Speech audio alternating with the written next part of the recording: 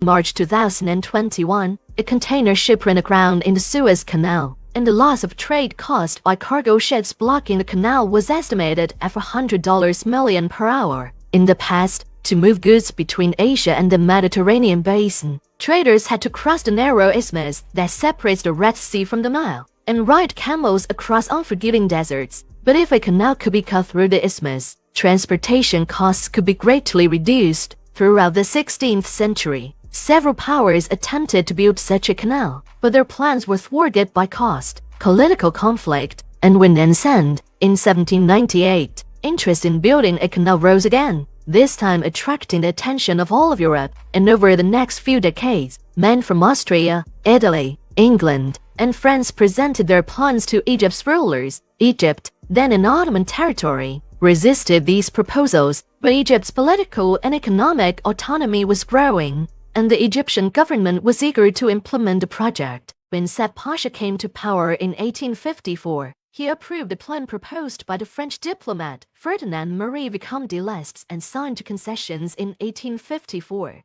and 1856, respectively, which gave him the right to set up the Suez Canal Company and to finance it by selling shares to capitalists in various countries. Beginning in 1862, some 20,000 laborers were forcibly drafted each month to dig the canal in harsh desert conditions, where food and water were hard to come by. Diseases such as cholera were rampant. Workers labored under the threat of whips, and some thousands were killed during the construction process. In 1864, Ismail Pasha, the new ruler of Egypt, ended forced labor for Egyptians, but he continued to push forward with the construction of the canal, bringing in workers from all over Europe and the Middle East to remove 74 million cubic meters of dirt. Using dredges and bucket excavators, the large number of workers needed infrastructure to transport drinking water and other supplies, which spawned an economy of restaurants, labor parks, and smuggled goods. Amidst the bustling crowds,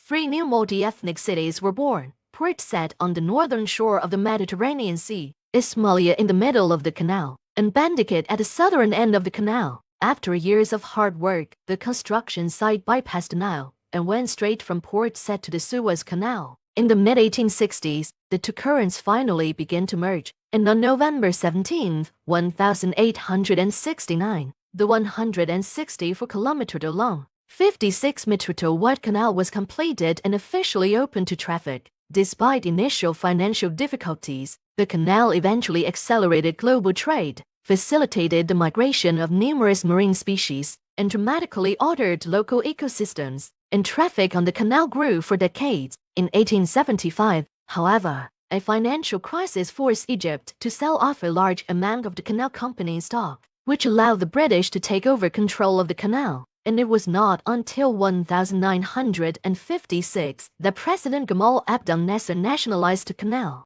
a move that triggered an Egyptian military standoff with the British, the French, and the Israelis. Today, nearly 30% of the world's ships trade through the Suez Canal. In 2021, more than 20,000 ships will use the Suez Canal. The canal has become a major source of revenue for Egypt,